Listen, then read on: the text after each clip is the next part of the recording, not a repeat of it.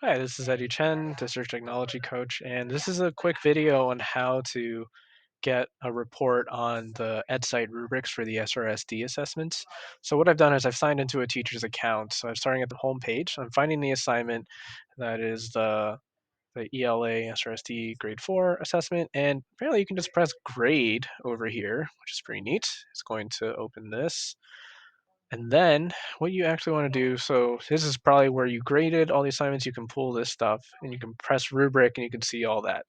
But what it doesn't do is doesn't let you analyze much of anything, and neither do the summary reports. But what you can do is actually just press the print button over here in the corner.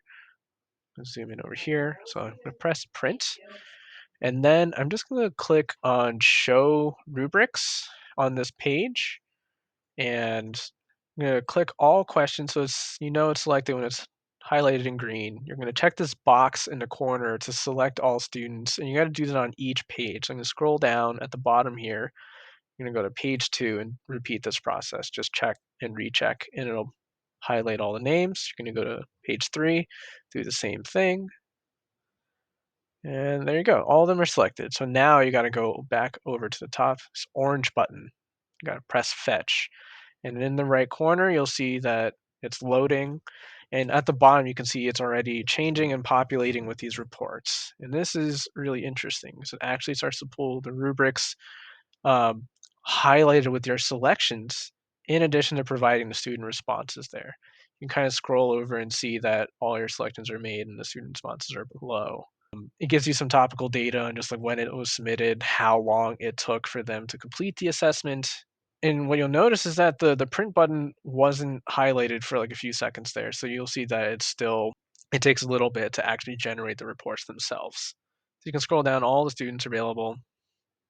I want to check that before you actually go ahead and print. Okay. So once you've confirmed that, you're going to press the print button here. So you're going to have to play around with the settings to make it fit on the page properly. So what I ended up doing was reduce the margins to none, and then I was able to get instead of choosing scale default, I chose scale custom, and then I press print on both sides. But it kind of depends on you on how you want to analyze this data. You could tally these things up, and hopefully you can see this on the left here. Yeah, so it has it all selected, and this won't be here obviously, but the scores that were selected or graded or you chose will be underlined. So that's the way. So what you could possibly do as an analysis workflow is to just line up the rubrics side by side and just take a tally of like say the topic introduction section, how many they got, detailed examination, so on and so on, and just get a sense of like what areas you would want to reinforce and go back to your students to talk about.